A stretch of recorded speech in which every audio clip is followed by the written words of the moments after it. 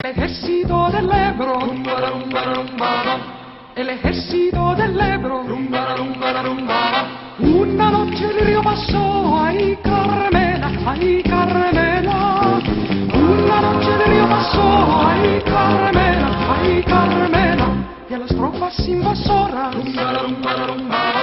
e alla strofa s'invasora.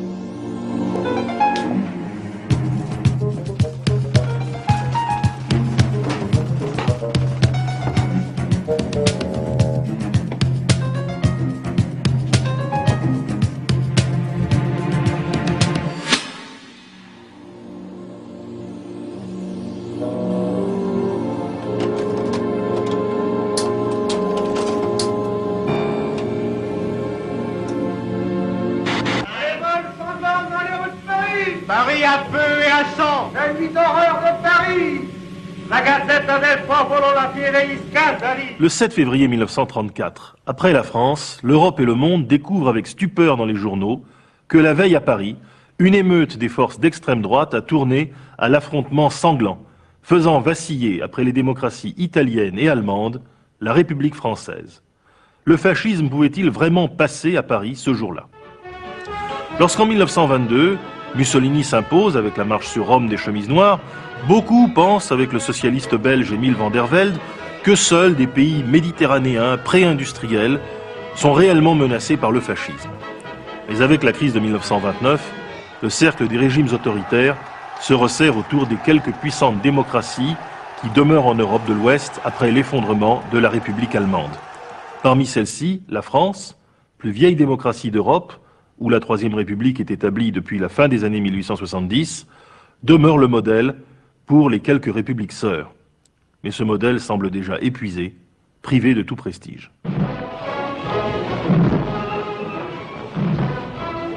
Pourquoi la France semble-t-elle, en 1934, à bout de force? La société française vit dans les années 30 une crise globale d'identité. La France ne s'est pas vraiment relevée de la saignée de 1914, et s'abrite désormais derrière une ligne Maginot qui manifeste mieux que de longs discours sa peur de l'avenir et son repli sur son espace le plus étroit. Bien qu'elle cherche à maintenir son influence internationale, elle a manifestement perdu son extraordinaire vitalité du début du siècle qui lui avait permis, avec l'automobile, le cinéma et le radium, c'est-à-dire l'atome, d'inventer trois des techniques fondamentales du XXe siècle. Et depuis 1931-1932, la France est touchée, avec un certain retard par rapport aux États-Unis et à l'Allemagne, par la crise économique mondiale de 1929.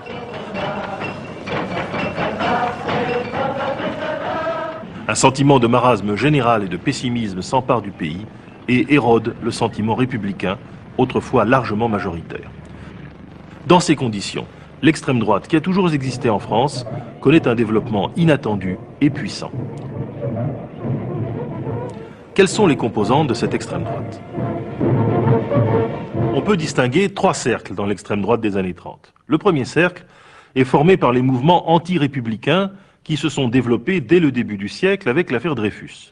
Non dépourvus d'influence, ceux-ci demeurent néanmoins minoritaires. Leur composante principale, l'Action française de Charles Maurras, se présente comme un parti de contre-révolution monarchique, ouvertement hostile à la démocratie. Or, l'écrasante majorité des Français demeure attachée à la République. Au début des années 30, un deuxième cercle apparaît avec la dérive d'une partie de la droite républicaine vers les idées de l'extrême droite. Le colonel de Larocque a fondé, dès les années 20, un mouvement d'anciens combattants aux idéaux conservateurs et nationalistes, les Croix de Feu. D'abord proche de la droite parlementaire classique, il franchit, avec la crise, la frontière de l'autonomie politique. Patriote et conservateur, Larocque veut sauver la France de la menace nazie, mais en s'inspirant des méthodes des régimes autoritaires. Mobilisation des jeunes, les volontaires nationaux, qu'il entend agréger à son mouvement d'anciens combattants, ce sera le premier engagement de François Mitterrand, puis transformation de la République parlementaire en pouvoir présidentiel fort, capable d'intimider les communistes et les syndicats. Au fond, Larocque veut peut-être sauver la République contre elle-même, mais cette posture, de plus en plus agressive, le rapproche sans cesse de l'extrême droite pure et dure de Maurras. Enfin, un troisième cercle, beaucoup plus vaste, au moins potentiellement, comprend tous ceux qui ont cessé de croire dans les idéaux de la République parlementaire. Le climat moral du début de ces années 30 est anticonformiste, certes, Mais de quel anticonformisme s'agit-il? Devant l'impuissance apparente des doctrines économiques libérales et des doctrines politiques républicaines, nombreux sont ceux qui cherchent des solutions nouvelles, s'inspirant tout à la fois du volontarisme autoritaire de Mussolini et de celui démocratique de Roosevelt. L'avenir se chargera de décanter ces diverses aspirations qu'on retrouvera aussi bien à Londres qu'à Vichy en 1940.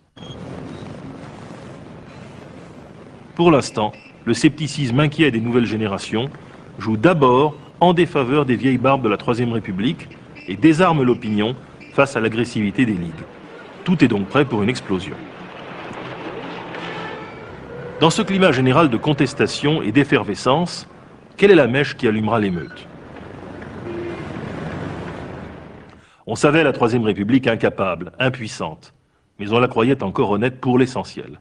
Tout d'un coup, on découvre que ce n'est plus le cas. Dans un climat d'instabilité gouvernementale et de crise politique à répétition depuis les élections de 1932, éclate en effet un scandale politico-financier, l'affaire Stavisky.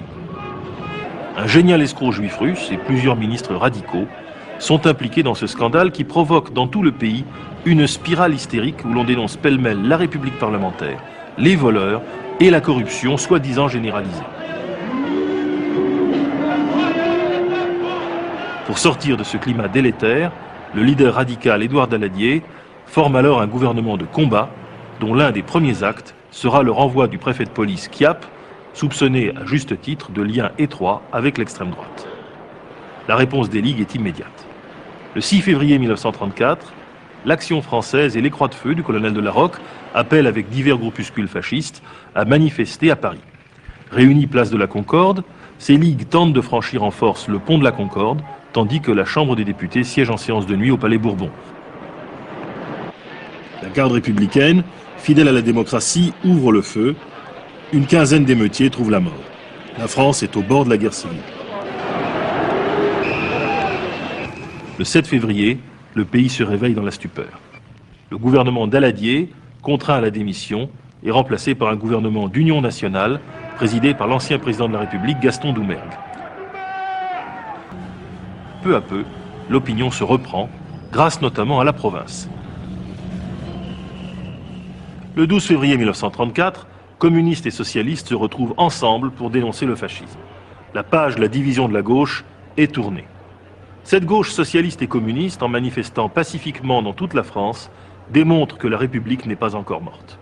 L'extrême droite recule, les divers gouvernements d'union nationale qui se succèdent entre 1934 et 1936 prennent de plus en plus de distance vis-à-vis d'elle, et 2 ans plus tard, les droites seront battues très largement aux élections législatives par une coalition dite de Front populaire rassemblant socialistes, communistes et radicaux. Quelques semaines plus tard, le gouvernement dirigé par le leader socialiste Léon Blum prendra un décret de dissolution des ligues. Mais pourquoi l'extrême droite a-t-elle laissé passer sa chance avec l'émeute du 6 février? On peut esquisser une réponse. La stratégie adoptée par les diverses forces d'extrême droite était en fait inadéquate au but recherché, soit trop violente pour un simple infléchissement de la République, soit trop spontanée et inorganisée pour une tentative sérieuse de prise de pouvoir. Encore moins n'y a-t-il à ce moment-là de relais extérieurs. Sans doute Mussolini éprouve-t-il de la sympathie pour l'extrême droite française. Mais au début de 1934, le Duce en est encore à s'entendre avec les gouvernements français et anglais pour limiter la force expansionniste d'une Allemagne hitlérienne qu'il redoute non sans quelque lucidité. Moins encore est-il question d'un complot allemand. À cette époque, l'extrême droite française est encore foncièrement anti-allemande et ne peut envisager de s'entendre avec les nouveaux maîtres de Berlin pour prendre le pouvoir à Paris. Il n'y a donc pas complot, mais certainement une dérive et un enthousiasme.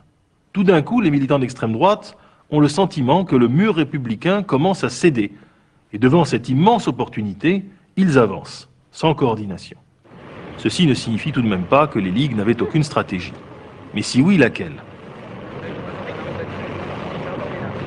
Tout d'abord, c'est incontestable, ces ligues voulaient manifester leur hostilité à la République radicale et socialiste, établir un nouveau rapport de force favorable à la création d'un régime plus autoritaire, à mi-chemin entre fascisme et démocratie. Sans aucun doute, Maurras et Larocque se seraient-ils déjà félicités d'une évolution autoritaire ou présidentialiste du régime. Déjà, certains pensaient à un grand soldat, hypocritement apolitique, le maréchal Pétain, qui, est-ce un hasard, figurait pour la première fois comme ministre de la guerre, de l'éphémère gouvernement Doumergue au matin du 7 février 1934. Mais si l'extrême droite ne voulait pas prendre le pouvoir, le Front populaire a-t-il véritablement sauvé la République d'une dérive autoritaire? Pas tout à fait non plus. Dans un premier temps, le Front populaire a en effet réussi à infléchir pacifiquement le cours de la République là où la droite alliée à l'extrême droite avait échoué à le faire. En effet, avec le gouvernement Léon Blum, la Troisième République devient, à partir de 1936, une république démocratique et sociale, plus ouverte aux femmes, sans guerre civile ni violence grave. C'est déjà l'esquisse de ce que sera la Quatrième République après 1945. Mais en même temps, l'objectif déclaré de Léon Blum d'endiguer la crise française et de rétablir la situation internationale du pays est loin d'être atteint. Le Front populaire ne parvient ni à réduire le chômage, ni à faire repartir la production, ni à empêcher l'abandon de l'Espagne républicaine. Il consent majoritairement à la capitulation de Munich en 1938. En 1939, la situation s'est donc considérablement dégradée. L'effondrement de la France sur le plan économique et international est tel que la Troisième République apparaît alors comme parfaitement inadéquate aux terribles défis qui lui sont opposés par des fascismes allemands, italiens, espagnols, désormais unis par leur victoire, et bientôt le renoncement de Staline lui-même à les combattre. Entre-temps, l'extrême droite, comme un virus, a fait sa mutation. Et cette fois-ci, elle résiste aux antibiotiques qui, en 1934, l'avaient encore contrainte au recul. Il n'est hélas pas exclu que si Hitler ne s'en était pas chargé, une extrême droite rassemblée, conspirative, plus influente que jamais, et ayant appris l'art du coup d'État de ses nouveaux amis germano-italiens, ait pu, vers 1939-1940, abattre pour de bon une Troisième République aux abois. Peut-être aurait-elle cherché pour le faire un certain maréchal Pétain, qui réussissait si bien comme ambassadeur à Madrid auprès du nouveau dictateur Francisco Franco. E alla stroppa si invasora Buena Vallicanesio ai Carmela Buena Vallicanesio.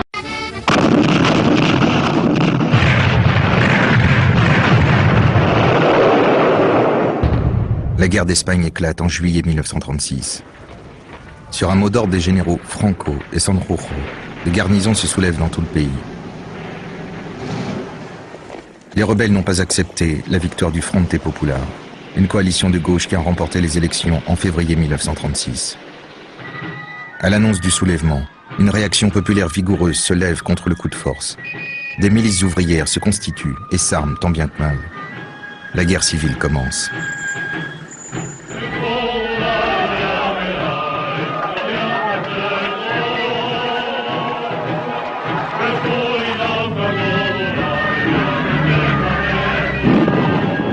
D'emblée, les combats sont d'une extraordinaire férocité. Les républicains sont dépourvus d'un armement moderne. Tandis qu'en face, les insurgés franquistes reçoivent bientôt un appui résolu de l'Allemagne hitlérienne et de l'Italie fasciste.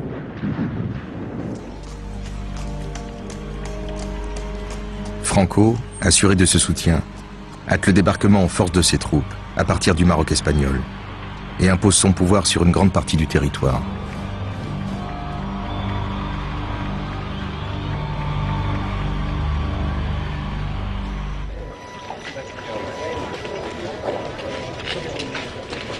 Pendant ce temps, le gouvernement de la République espagnole fait l'amère expérience de la solitude.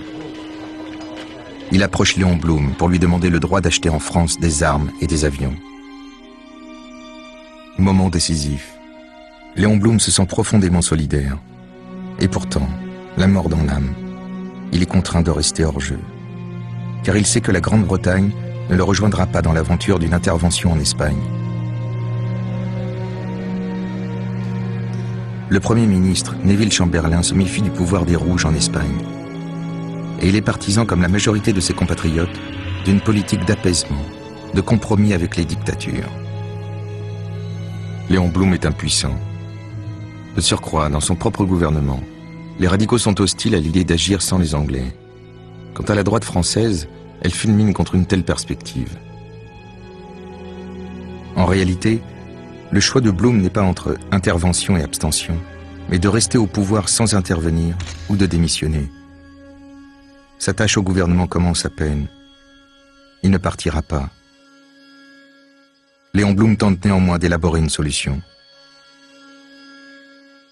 Ce qui permettrait peut-être d'assurer le salut de l'Espagne et le salut de la paix, c'est la conclusion d'une convention internationale par laquelle toutes les puissances s'engageraient à l'abstention en ce qui concerne les livraisons d'armes, s'engageraient à interdire l'exportation en Espagne du matériel de guerre. Le pacte de non-intervention que Blum propose est signé par les principales puissances, dont l'Allemagne et l'Italie. Marché de dupes. Hitler et Mussolini s'engagent, d'abord secrètement, puis de plus en plus ouvertement, en envoyant soldats et munitions. Mussolini y dépêche une armée complète, 80 000 hommes, des mitrailleuses et des canons, tandis qu'Hitler expédie 10 000 hommes de la Légion Condor, des avions et des chars. Léon Blum, pour sa part, se borne à pratiquer ce qu'on appelle pudiquement une non-intervention relâchée. Officiellement, l'embargo est respecté, mais les autorités françaises ferment les yeux sur le trafic d'armes et favorisent l'envoi discret de quelques avions.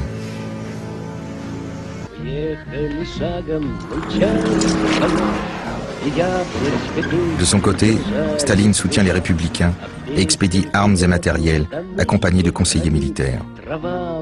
2000 soviétiques combattent dans le camp républicain.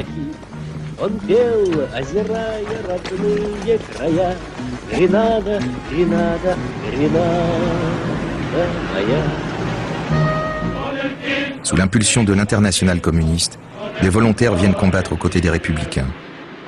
D'Allemagne, d'Italie, de France, des hommes et des femmes de tous âges risquent leur vie pour sauver la République espagnole.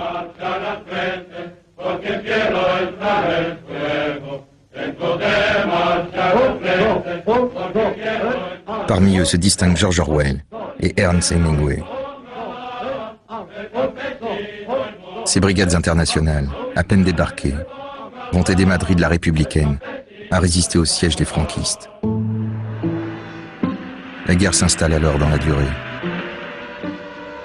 L'Espagne devient le terrain sur lequel s'affrontent indirectement les démocraties et les dictatures. Les communistes face aux fascistes.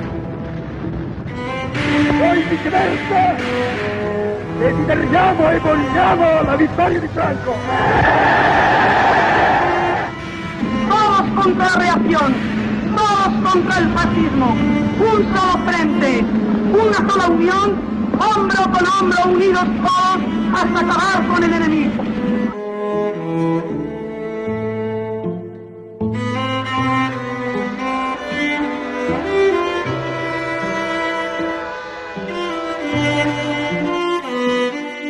Ce conflit qui s'éternise ravage les populations civiles, tandis que les dictatures expérimentent leurs armements et leurs stratégies.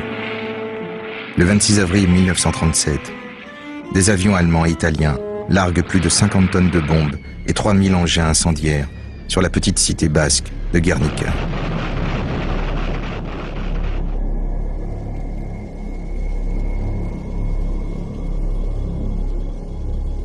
La ville brûle, quasiment annihilée.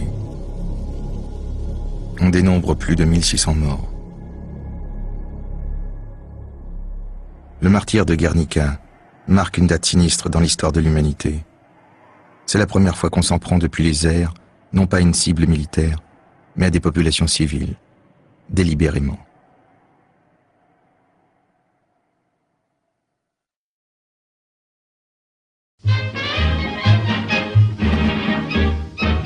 C'est moi le guide de l'exposition, je m'appelle Daniel Pinoche. Suivez-moi les grands et les mioches, je suis l'as des explications. À gauche, voilà le pavillon. Un mois plus tard, l'exposition universelle de 1937 à Paris montre face à face les pavillons nazis et soviétiques de part et d'autre du pont de Iéna. L'italien et l'anglais qui louche, le russe et l'allemand à côté. Conclusion, les extrêmes se touchent pour visiter l'exposition avec ses nombreux pavillons. Demandez pipi. Dans le petit pavillon de la République espagnole, Pablo Picasso expose une grande toile intitulée Guernica. Un officier allemand lui demande « C'est vous qui avez fait ça ?» Picasso, glacial. « Mais non, c'est vous. » Fin mars 1939. Madrid et les dernières villes républicaines sont tombées. La guerre civile est finie. Près d'1 million de morts, 270 000 prisonniers dans les zones nationalistes. Des exécutions vont suivre. 1,5 million de réfugiés gagnent la France. Le 1er avril 1939, comme s'il s'agissait d'une mauvaise farce, le pape Pie XII adresse ce télégramme au général Franco. Élevons notre âme vers Dieu, nous nous réjouissons avec votre Excellence de la victoire tant désirée de l'Espagne catholique. Le caudillo grippé reste au lit. Hitler vient d'envahir la Tchécoslovaquie. « 26 août 1944. Le lendemain de la libération de Paris, le général de Gaulle descend les Champs-Élysées. Autour du général de Gaulle, des membres du Conseil national de la résistance, des officiels, la foule, la liesse. Autour encore les véhicules de la 2e division blindée du général Leclerc. Regardez bien, ces véhicules, ces half-tracks, chargés de la sécurité du général. Chacun porte un nom espagnol. Ici, juste à gauche du général, le Don Quichotte. À droite, le half-track Les Pingouins, du sobriquet avec lequel les Français moquent les Espagnols. Enfin, le half-track numéro 40655, le Madrid. Ces véhicules font partie d'une unité d'élite de la 2e DB, la 9e compagnie. Pour tous et pour l'histoire, la Nueve. Leur place en tête de ce cortège historique ne doit rien au hasard. L'homme accoudé à l'avant de son half-track, c'est le capitaine Raymond Dronne, l'un des seuls Français de la compagnie, un Français libre de la première heure. C'est lui qui a conduit les hommes de la Nueve. Dans son journal de route, ce jour-là, il écrit « La compagnie espagnole qui a pénétré la première dans la capitale est à l'honneur. » 2 jours plus tôt, au soir du 24 août, le général Leclerc et sa 2e DB sont stoppés à quelques kilomètres de Paris. Le temps presse. Paris s'est soulevé. Il faut entrer coûte que coûte dans la capitale. Leclerc lance en avant-garde sa 9e compagnie, la Nueve. Quelques heures plus tard, les half-tracks Guadalajara, le Brunete, l'Ebro, le Teruel débouchent sur la place de l'Hôtel de Ville. À leur tête, des républicains espagnols. Ils s'appellent Amado Granell, Fermín Pujol, Ramón Gualda et bien d'autres encore. Pourquoi l'histoire n'a-t-elle pas voulu apprendre leurs noms ?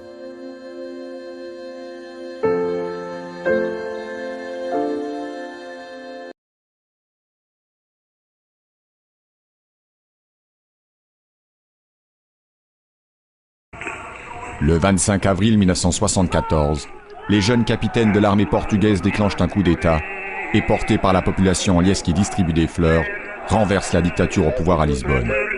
En quelques heures, la révolution des œillets met fin au régime salazariste en place au Portugal depuis un demi-siècle. La dictature s'était imposée en 1926 après un putsch militaire et s'était transformée en régime fascisant, corporatiste et clérical avec l'arrivée au pouvoir d'António de Oliveira Salazar. Résistant à toute évolution sociale et politique, le Portugal de Salazar s'enfonce dans la crise après la Seconde Guerre mondiale.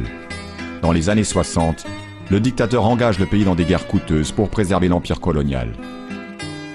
Après son décès en 1970, le régime archaïque, incapable de terminer les conflits, conduit le pays à la ruine et fait fuir la jeunesse à l'étranger. Lassés par les guerres coloniales sans issue, les jeunes capitaines du mouvement des forces armées faisant cause commune avec des généraux conservateurs en disgrâce se révoltent et s'installent au pouvoir avec la révolution des œillets. Mais après avoir retrouvé les libertés fondamentales et accordé l'indépendance à ses colonies, le Portugal plonge dans une période d'instabilité.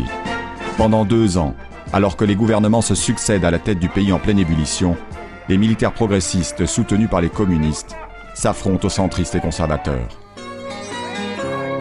Il faut attendre les élections de 1976 pour que Mário Soares et un parti socialiste devenu majoritaire permettent au pays de sortir de l'impasse. L'entrée du Portugal dans l'Union européenne 10 ans plus tard marquera la normalisation du processus démocratique. ¿Ha muerto? Sí. Entonces ya puedo morirme yo. Al fin y al cabo, es la primera obra buena que ha hecho en su vida.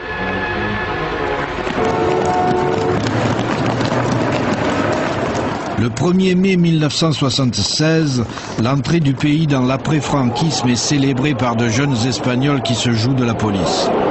Parmi eux, les amis du jeune libertaire Salvador Puig Antich, que le dictateur a fait fusiller en 1973, et les jeunes militants qui impulsent depuis quelques années déjà la CNT renaissante.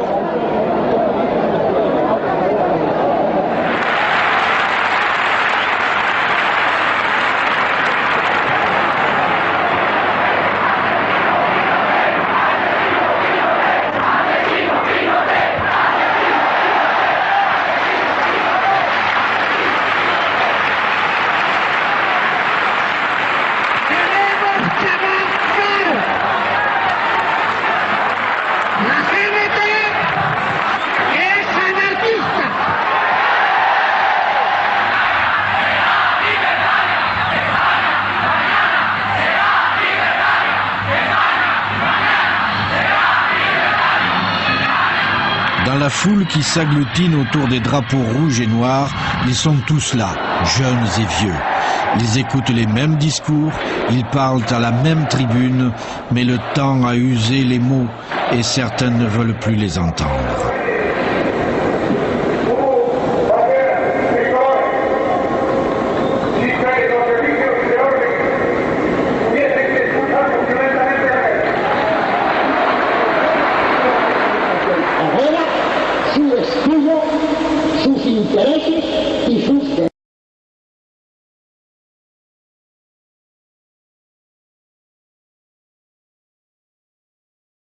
Suède, pendant que certains groupuscules assassinent, d'autres entrent au Parlement. En Allemagne, ils rêvent de bâtir une société parallèle. En Italie, ils partagent déjà le pouvoir. En Hongrie, ils marchent au pas dans les rues de la capitale. Partout, la droite radicale, confinée aux caves et aux arrière-salles depuis la fin de la guerre, fait un retour en force.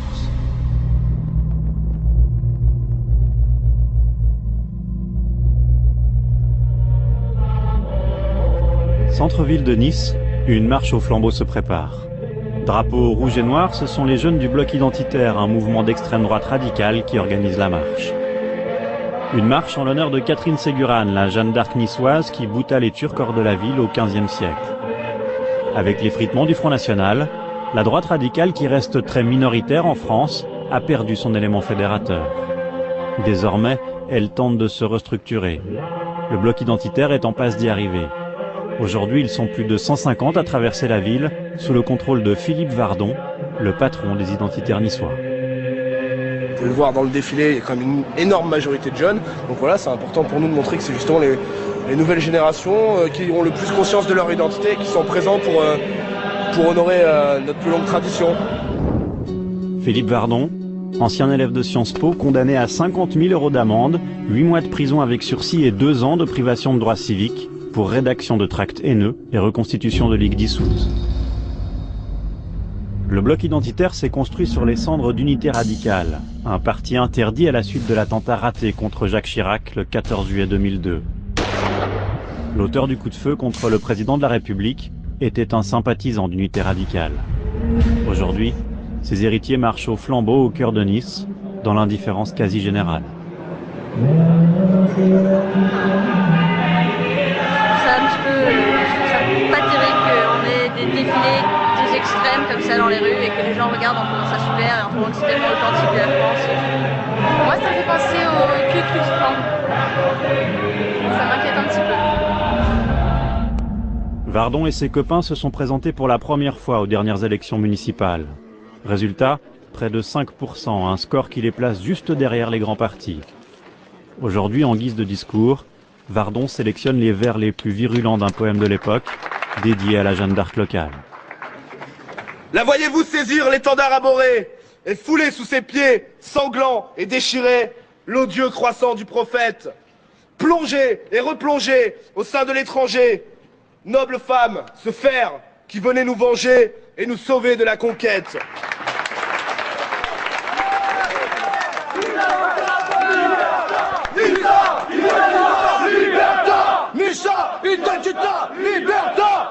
Et pour ceux qui n'ont pas entendu le message, les identitaires se répandent désormais sur le net. À l'aide de militants bénévoles formés aux nouvelles technologies, ils ont fondé leur propre agence de presse. On a vocation à créer des alternatives, à créer des contre-pouvoirs, effectivement, créer une agence de presse dans un monde de communication, dans un monde de l'internet, où tout le monde peut avoir aujourd'hui immédiatement accès aux informations s'il veut bien se donner la peine de les chercher. C'est effectivement important, je pense, d'avoir une agence de presse alternative comme Novo Presse. Un site moderne à l'apparence classique presque professionnelle. Mais sur le fond, les articles enchaînent les allusions racistes et xénophobes. Ici, tout est fait pour brouiller les pistes et visiblement ça marche. Le site enregistre plus de 100 000 visiteurs par mois. Fort de ce succès, le lancement d'une radio locale et d'un quotidien niçois sont prévus pour bientôt. Mais pour faire passer ces idées, nous découvrons que le bloc identitaire a mis au point une autre stratégie. Une méthode bien plus sournoise, l'infiltration politique. Pendant la manif, à l'aide d'une caméra cachée, nous avons suivi André, un militant de la première heure. Il est au cœur de cette stratégie d'infiltration souhaitée par l'extrême droite. André est devenu une taupe au sein de l'UMP. Sur la liste du maire, mais je sais pas été élu. C'est quoi, c'est un village ou... Non, c'est Cannes. Tu fais de l'imposture, tu la fais grosse et tu la fais pas. C'est pas le faire dans un village de 300 mecs, c'est pas drôle, quoi. Sur des francs-maçons, ils ont tout infiltré, puis une fois que t'as tout, ouais, avec tes idées. Je pense qu'on ne prendra pas par la force, je pense qu'on prendra par en étant une pute comme les juifs, les gauchistes, les francs. Si on n'emploie pas cette méthode, on n'y arrivera plus. Joint par téléphone, le maire de Cannes, Bernard Brochand, n'a pas souhaité réagir. Ça va bien? Ouais, vous? Ça va, tranquillement, on reprend. Au quotidien, Vardon et ses copains jouent aux politiciens bon teint. Tractage, meeting, activités sociales, mais surtout ils s'internationalisent. Pour son meeting de rentrée, Vardon reçoit un soutien de poids, Mario Borghezio, un des pontes de la Ligue du Nord, le grand parti populiste italien. Avec 3 millions d'électeurs, il est la 3e force politique dans son pays. Je n'ai pas le peur de mettre dans la couverture de notre revue la croix celtique, parce que ce sont les symboles de notre tradition. Quelqu'un me dit que c'est un symbole fasciste, naziste, je m'en fous. C'est pas vrai. Mario Borghezio, ancien sous-secrétaire d'État italien à la justice et député européen. Il a été condamné à 400 € d'amende pour violence sur vendeur clandestin et à 2 mois et 20 jours de prison pour incendie d'un abri de SDF étrangers. Dans l'Europe de l'extrême droite, Borghezio est un modèle. Lui et son parti incarnent la preuve que le néofascisme peut retrouver sa place sur le vieux continent. Sur les 21 ministres de l'actuel gouvernement Berlusconi, 4 sont de la Ligue du Nord, le parti de M. Borghezio. Il faut libérer nos gens. Il faut retrouver l'engagement, la force, l'enthousiasme de gagner les batailles. On commence dans le petit et on arrive là où nous devons arriver. Parce que nous sommes une race de commandeurs. Nous ne sommes pas serfs.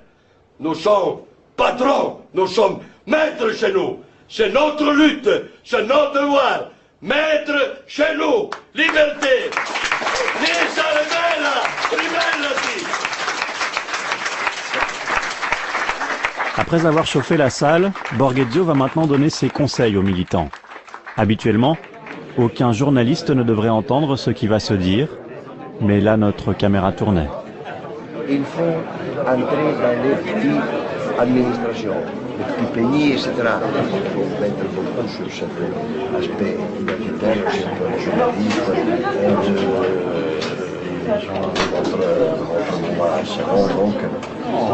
Le régionalisme est plus facile pour les Italiens que pour nous. C'est une bonne manière de n'être pas immédiatement classé comme fasciste nostalgique, mais comme une nouvelle mouvance, notre régional, Mabir, etc. Et dessous, c'est toujours le même, non? Donc, c'est ça. Pénétrez partout où vous le pouvez et mentez pour faire oublier que vous êtes des fascistes.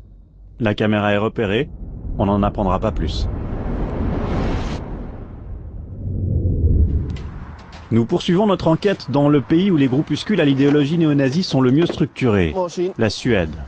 Ici, on trouve plus de 30 groupuscules ultra-radicaux, politiquement organisés. Le plus connu d'entre eux, le NSF, National Socialistic Front. Il réunit des jeunes de 16 à 30 ans qui défendent ouvertement l'idée d'une race blanche supérieure, le White Power.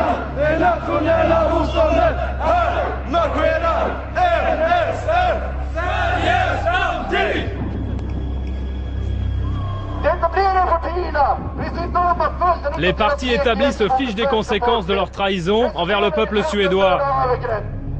Il y aura des sévices terribles, comme des viols collectifs, des braquages, des meurtres contre les Suédois commis par ces étrangers. C'est le futur de vos enfants qui est en jeu, car avec le gouvernement actuel, la Suède n'a pas d'avenir. Aujourd'hui, ces organisations néo-nazies se multiplient dans le pays.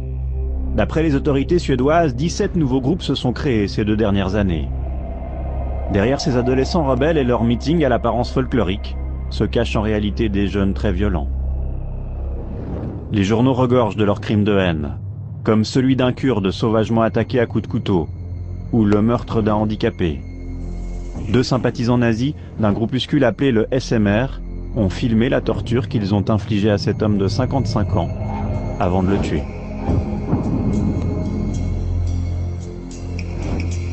Nourris au combat de rue et à l'ultraviolence, les militants néo-nazis scellent leur appartenance à leur groupe par des serments.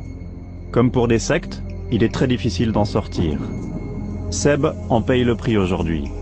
Ses anciens camarades ont lancé un avis de recherche contre lui depuis qu'il a décidé de tout laisser tomber. Attention au traître. Il faut couper tous les contacts avec lui, le dénoncer et le traiter comme le traître qu'il est. Les menaces de représailles sont à peine voilées. Seb vit aujourd'hui caché, coupé du monde. Même la police ignore ce qu'il est devenu.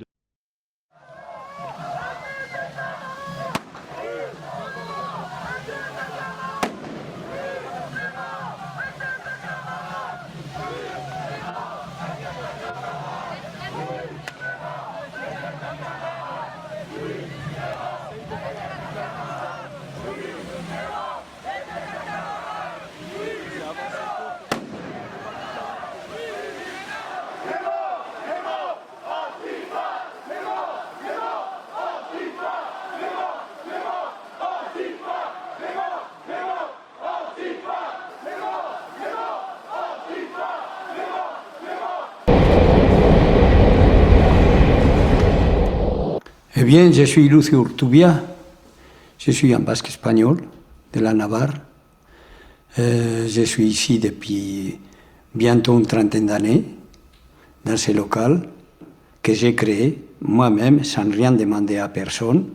Ma porte est ouverte pour faire toutes sortes d'activités en ce qui concerne les idées libertaires qui sont aujourd'hui nécessaires plus que jamais. J'avais 5 ans et demi quand la guerre civile a éclaté en Espagne. Bon, chez moi, dans ma région, ça a été horrible. Chez moi, il n'y a pas eu la guerre dans la Navarre. Il n'y a eu que la vengeance. Il y a eu presque 4000 fusillés. 4000 gens qui n'avaient rien fait du mal à personne, je peux vous le dire. Des pauvres, des salariés, des paysans, qui n'avaient pas de terre, qui n'avaient rien. Si la République espagnole a été écrasée, c'est particulièrement parce qu'internationalement, elle n'a pas été aidée. Les anarchistes voulaient changer la société.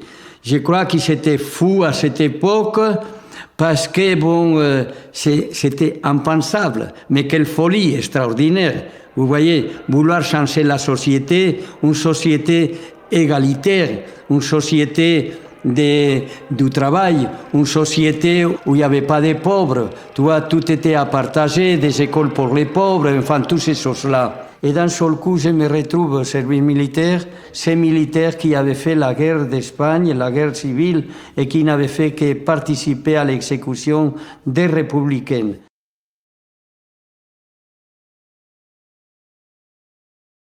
Donc, je m'appelle Yves Perrin, je suis militant antifasciste. Comment je suis devenu militant antifasciste? Disons que je suis tombé dans la marmite comme Obélix. Je suis fils de réfugiés politiques espagnols. Mes grands-parents, mon grand-père était responsable d'un parti qui s'appelait le POUM, parti ouvrier d'unification marxiste. Donc ils se sont enfuis d'Espagne en 1939 et ils se sont retrouvés déportés en fait en Algérie parce qu'ils ne pouvaient pas passer en France, la route avait été coupée. Donc moi mon premier terrain de lutte ça a été l'antifranquisme parce que Franco était toujours vivant, il est mort en 1975, donc à cette époque-là j'avais 16 ans. En fait j'ai commencé à militer, j'avais 15 ans, donc je commençais à fréquenter les groupes libertaires. Et notamment les vieux espagnols ou des gens qui avaient participé aux brigades internationales. Donc ça a été l'antifranquisme et ensuite après la mort de Franco, ça a été l'antifascisme parce que pour moi il était évident que la mort de Franco n'était pas la fin d'un système politique qui continuerait.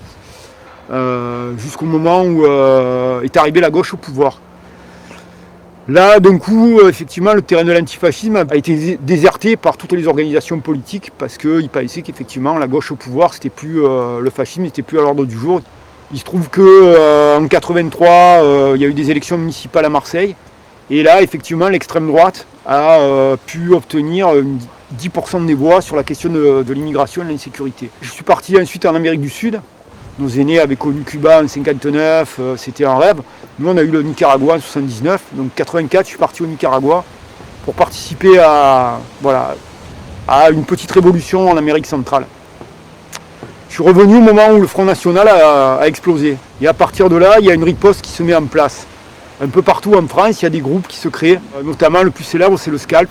C'est une période qui va être assez importante de développement. Parce qu'on est en plus à l'époque... il se trouve que le rock alternatif explose en même temps et que la composante antifasciste et le rock alternatif se retrouvent très vite liés.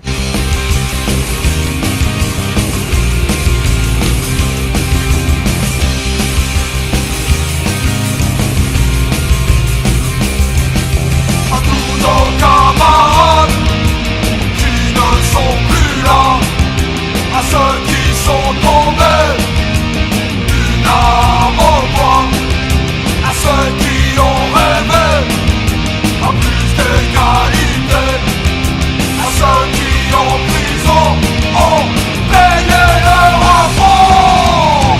Après on est rentré dans une période on va dire de reflux parce qu'en fait on était sur une base qui était anti-le péniste et on n'a pas cherché à développer le mouvement dans un sens plus large qui était pour moi l'antifascisme a toujours fait partie du mouvement révolutionnaire, ce qui ne s'est pas fait et ce qui fait qu'au bout d'un moment effectivement on a commencé à tourner à vide et puis donc est arrivé l'affaire Ibrahim Ali, l'assassinat d'Ibrahim Ali.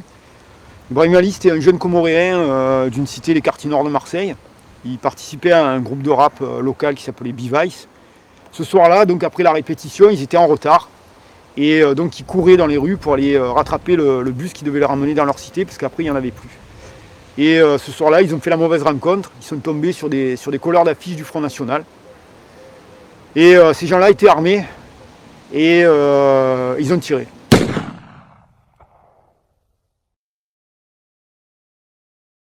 Ça a été un grand moment pour nous de peine. Et à partir de là, effectivement, les choses ont changé pour moi et pour certains camarades.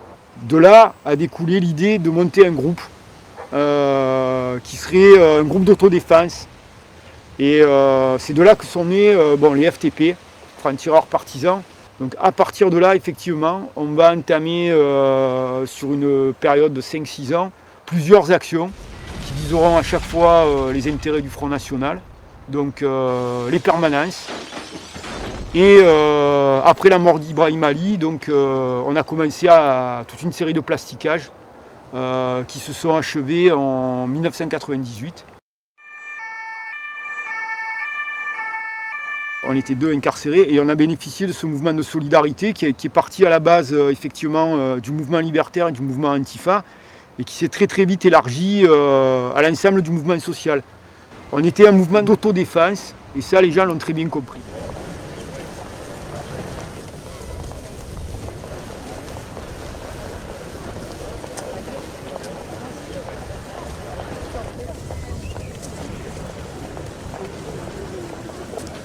Et aujourd'hui, effectivement, c'est toute la société, l'État, aujourd'hui, qui participe à la fascisation de la société, les hommes politiques, de droite comme de gauche, par leur discours, par leurs pratiques, qui participent et qui sont en train d'ouvrir un boulevard, effectivement, à l'extrême droite. On manque de penseurs, ça c'est une chose. Et ensuite, effectivement, on manque, effectivement, pour reprendre la rue. Les deux sont liés, donc on a un gros travail devant nous, de refondation du mouvement antifasciste radical, et surtout ne pas perdre de vue qu'on doit s'inscrire dans un mouvement révolutionnaire. Je veux dire, on n'est pas là pour sauver le cul du PS, que les choses soient claires. On ne sera pas les pompiers de la social-démocratie, ni de la démocratie, parce que pour moi aujourd'hui on ne vit plus dans un état démocratique. On est dans un affrontement de classe contre classe. Il y a d'un côté il y a des dominants, de l'autre il y a des dominés. Et nous on est dans le camp des dominés. Et c'est là, dans cette perspective-là qu'on doit s'inscrire. On n'est pas là pour juste éliminer les mauvais côtés de la démocratie, du capitalisme, qui sont où, les vilains fachos, et après, on rentre à la maison, et le système continue à exploiter les gens. Je veux dire, les choses sont claires, on ne s'arrêtera pas là. C'est Gramsci, je pense qu'il a dit une chose qui est complètement d'actualité dans l'époque dans laquelle on vit. Il disait, le vieux monde se meurt, le nouveau tarde à apparaître, et entre les deux, rôdent les monstres. On est dans la période où les monstres rôdent. L'image dans les quartiers populaires, c'est un désert politique, c'est l'expression. Il n'y a pas un désert, il y a une tentative de dépolitiser ce qui se passe dans les quartiers, mais il y a beaucoup de choses qui s'y passent, beaucoup de luttes. Et après, beaucoup de gens nous ont dit c'est intéressant ce que vous dites, mais vous ne pouvez pas impacter beaucoup de gens si vous ne passez pas sur le net. Donc après, on a monté un blog, on a mis des articles, des vidéos et ainsi de suite, ça a monté. On peut dire que ça marche un peu dans le sens où beaucoup de gens nous disent, c'est par exemple le démontage de ce qu'on fait de Soral, Dieudonné et de pas mal d'autres trucs, ou ce qu'on dit sur les quartiers des hommes politiques classiques, comme Valls et ainsi de suite, ça sert d'argumentaire. Nous, ce qu'on veut, c'est diffuser, parce que l'idée aussi sur laquelle on se base, c'est que l'hégémonie est passée à droite. C'est-à-dire que les mots, les concepts politiques, la droite a gagné. Et donc tout le champ politique a basculé à droite au niveau des idées. La vision qu'on a des quartiers, c'est une vision de droite des quartiers. C'est-à-dire c'est pas dire que c'est là où il y a des taux de chômage supérieurs à la moyenne nationale, relégation sociale, toxicomanie, femmes célibataires, discrimination, contentement des immigrés. Non, c'est il y a des sauvages, des barbares et ainsi de suite. Donc une lecture culturaliste qui est en train de dominer et qui touche même la gauche radicale sur l'islam, l'islamophobie, ça fracture l'extrême gauche. Une partie de l'extrême gauche était pour la loi sur le voile, en disant oui, laïcité. Ils ont complètement intégré, assimilé le discours de droite ou le discours républicain sur l'ennemi se trouve dans les faubourgs. La place des voyous, elle est en prison. Plus exigeant sur les critères de l'assimilation, parce que l'assimilation, c'est le mot qui est écrit dans la loi. Ce qui se passe, les mots qu'on utilise au jour le jour, ça tombe pas du ciel. C'est des luttes politiques aussi, des rapports de force, et ça indique aussi comment on regarde les classes populaires. Elles ont été transformées, c'est pas les mêmes entre la fin du 19e siècle et maintenant. Et pourtant, les analystes, pour elles, que ce soit de gauche, c'est quasiment les mêmes, on va dire, de la première moitié du 20e siècle. Primo, nous, ce qu'on défend, c'est un antifascisme politique. Populaire, mais avant tout politique. Toutes les années 80-90, c'était un antifascisme ou un antiracisme moral. C'est pas bien d'être raciste, SOS racisme ou d'autres, c'est pas bien. Sauf que ça n'a pas empêché la montée du Front National. Tu peux pas faire des luttes politiques juste sur la morale, parce que quand tu as des chocs sociaux énormes, la morale, elle bascule. Et puisque maintenant elle est à droite, ça ne suffit pas. Et donc c'est pourquoi il y a une montée de l'extrême droite, il y a une transformation stratégique de l'extrême droite, qui est passée grosso modo d'un racisme biologique qui était un peu disqualifié à un racisme culturel. Et ça percute mieux les gens. C'est-à-dire que les Arabes, c'est des sous-hommes, et ça marche moins que de dire « ouais, mais culturellement, les musulmans sont pas aptes à la démocratie ou à la République ou à l'Europe ». Donc déjà, dire que l'extrême droite, pour une partie d'entre elles, utilise des nouveaux concepts. Donc il faut utiliser une nouvelle stratégie. Ils sont tous sur le culturel, le racisme culturel, l'islamophobie. Et là, tu vois des connexions qui se font objectives ou pas entre une partie de la gauche laïcarde et une partie de l'extrême droite. Donc l'antifascisme, pour qu'ils prennent vraiment un ancrage, c'est d'abord ancré dans les quartiers, parce que ça a été un truc de centre-ville, quoi. La difficulté, elle est là, il y a un tel fossé des quartiers une telle relégation et un mépris de la gauche envers les quartiers que essayer d'amener là-dessus sur ces discussions, c'est très compliqué. Mais l'antifascisme, il peut être que populaire et politique, et pas moral et d'élite ou de centre-ville. Sinon, c'est la fin. D'abord, il faut partir du fait qu'on a perdu. Voilà, c'est la droite qui tient, économiquement, politiquement, culturellement. Parce qu'avec Soral et Dieudonné, t'avais des gens de gauche, machin, qui disaient non, mais il est sur notre base. Non, non, non, c'est un ennemi politique. Le problème, c'est que c'est eux qui mettent l'ordre du jour du calendrier politique. Όσο βαθαίνει η κρίση και οι ανισότητες μεγαλώνουν, ο νεοφασισμός εμφανίζεται σαν την ιδεολογία ή τέλος πάντων την πολιτική η οποία μπορεί να βγάλει από το τέλμα μερίδες του πληθυσμού οι οποίες υποφέρουν. Και είναι πάρα πολύ εύκολο να υποθεί στο φαντασιακό και στο συναισθηματικό κομμάτι ότι μας φταίνε οι άλλοι. Δεν έχει κανένα πρόβλημα, σε βεβαιώ, ας πούμε, να υιοθετήσει και λεκτικά, ας πούμε, την άμεση δημοκρατία επειδή είναι αρχαιοελληνική κατασκευή, ας πούμε, πολιτικής. Μπορεί να ακούσεις ότι είναι αντικαπιταλιστές, προσαρμόζονται, έχουν αυτή τη μεγάλη δυνατότητα το να παίρνουν ιδέες από οποιονδήποτε, να τις παίρνουν στα μέτρα τους και με αυτόν τον τρόπο να φέρνουν κόσμο δίπλα τους και κοντά τους σε οποιαδήποτε ιστορική στιγμή του πλανήτη. Ο φασισμός είναι ουσιαστικά ένας λύκος. Δεν έχω κανένα πρόβλημα με τους λύκους, τους αγαπάω τους λύκους σαν ζώα. Αλλά μεταφορικά να το πάρουμε, ένας λύκος που βάζει την προβιά, δίνεται πρόβατο και μπαίνει στο μαντρί με τα πρόβατα και το παίζει πρόβατο για να τα φάει όλα. Εδώ φοράει μια σημαία, το παίζει πατριώτης για να φάει μετά όλους τους ανθρώπους αυτούς και να τους ποτάξει σε μια φοβερή σκλαβιά, αφού μιλάγαμε για σκλαβιά νωρίτερα. Και δυστυχώς έχει ανέβει πολύ και στην Ελλάδα πάρα πολύ και στη Γαλλία έχει, αλλά πάντα είναι το ίδιο πράγμα. Είναι αυτό, ο λύκος μες στο μαντρί με τα πρόβατα, το παίζει πρόβατο. Le fascisme porte des masques différents, en Grèce, en France et ailleurs, mais le visage est le même. Soyez vigilants. Frank Ryan Smith came from the other side. Even the olives were bleeding as the battle for Madrid thundered on. Truth and love against the force of evil, brotherhood against the fascist love. Viva la Quinta Brigada!